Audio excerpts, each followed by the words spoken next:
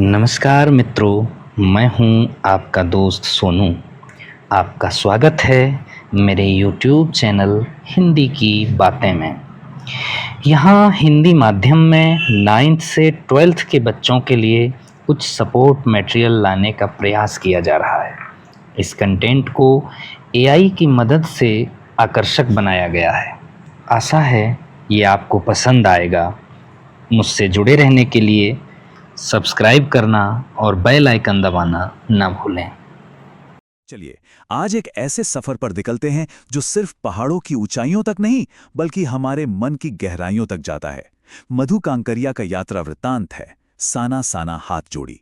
और इसी के साथ हम सुंदरता, संघर्ष और हां, खुद को खोजने के एक अनोखे सफर पर चलेंगे।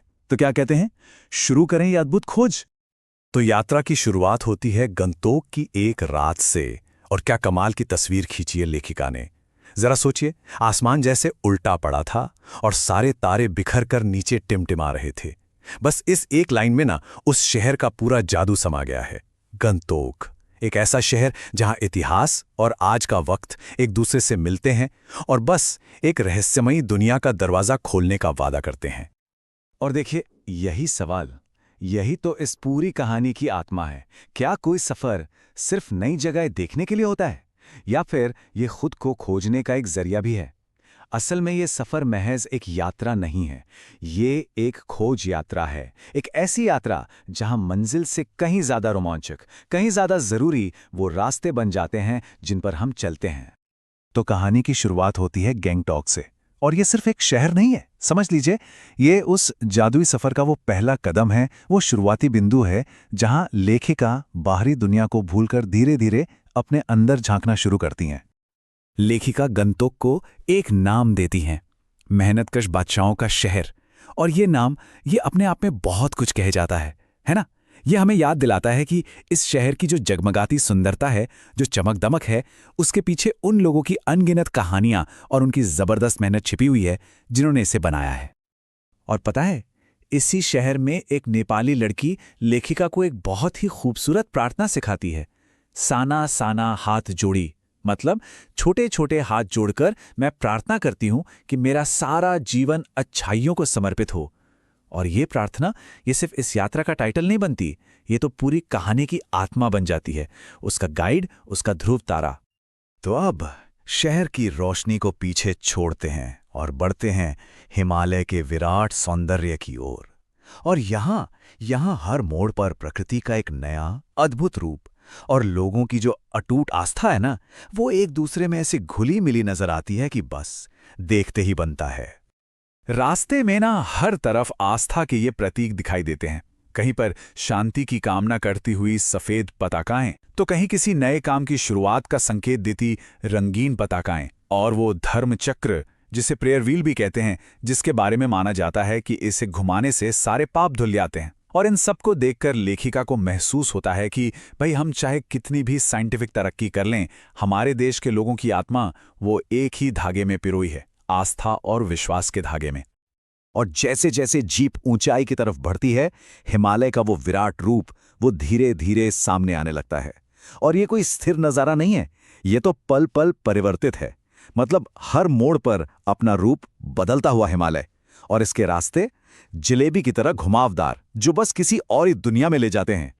और फिर आता है सेवन सिस्टर्स वाटरफॉल, सफर का वो जादुई पल जहां इंसान और कुदरत एक हो जाते हैं।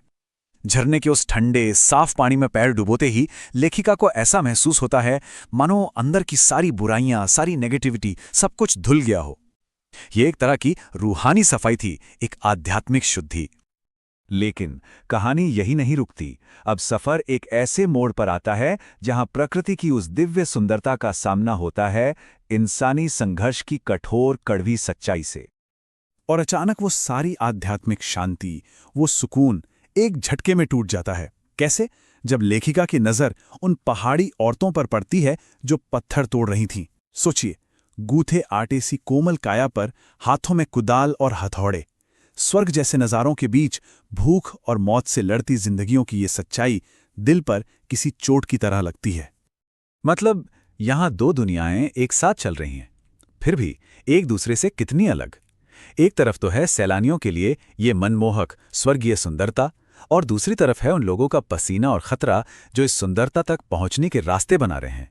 ये बात याद रखने वाली है कि जिन खूबसूरत सड़कों पर गाड़ियां दौड़ती हैं वो उनकी जिंदगी की कीमत पर बनती हैं। इन औरतों के हाथों पर जो निशान है ना, उन्हें ठाठे कहते हैं। और ये सिर्फ घाव नहीं है, ये इस बात का सबूत है कि आम जिंदगियों की कहानी वो हर जगह एक जैसी ही है। सारी मलाई एक तरफ और सारे आंसू, अभाव और दर्द एक तरफ। और इस खतरे की गवाही देता है सड़क किनारे लगा बॉर्डर रोड्स ऑर्गेनाइजेशन का एक बोर्ड। साफ साफ लिखा है, आप ताज्जुब करेंगे, पर इन रास्तों को बनाने में लोगों ने मौत को झुठलाया है। सोचिए जरा, ये लोग सिर्फ सड़क नहीं बना रहे, ये हर रोज मौत को धोखा दे रहे हैं ताकि सैलानी सुरक्षित अपनी मंजिल तक पहुंच सकें। और अब हम पहुंचते हैं सफर के आखिरी हिस्से में। ये वो हिस्सा है जहां यात्रा के अनुभवों से मिले कुछ बहुत गहरे सच सामने आते हैं। लायोंग में 14,000 फीट की ऊंचाई पर एक और चौंकाने वाली सच्चाई सामने आती है। वहां बर्फ का नामो निशान नहीं था, और एक स्थानीय नौजवान बताता है कि प्रदूषण की वजह से स्नोफॉल लगातार कम होता जा रहा है।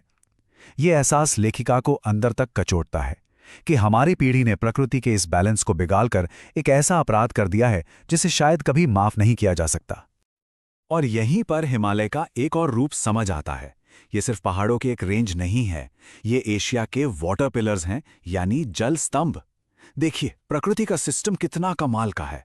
सर्दियों में वो बर्फ के रूप में पानी इकट्ठा करती है, और फिर गर्मियों में यही बर्फ की चट्टानें पिघलती हैं और इनका पानी नीचे बहकर हमारी नदियों को भरता है, करोड़ों लोगों की प्यास बुझाता है। हम सब इस अद्भुत सिस्टम के कर्जदार हैं। सफर अब भारत की सीमा तक पहुंचता है, और यहां का तापमान -15 डिग्री सेल्सियस। जरा अंदाजा लगाइए, ऐसी कड़कड़ाती ठंड में जहां सब कुछ जम जाता है, हमारे जवान वहां तैनात हैं। और वहां एक फौजी के शब्द और छावनी पर लिखा एक संदेश, हम अपना आज आपके कल के लिए देते हैं। ये सब उस महान त्याग को दिखाते हैं जिसके बारे में शायद बड़े बड़े शहरों में रहते हुए हम कभी सोचते तक नहीं। ये एहसास ये लेखिका की अंतरात्मा को बुरी तरह झकझोर देता है।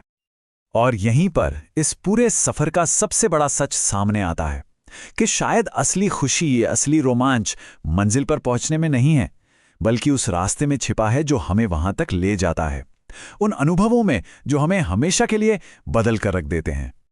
और अंत में लेखिका हमें एक बहुत गहरे सवाल के साथ छोड़ जाती हैं।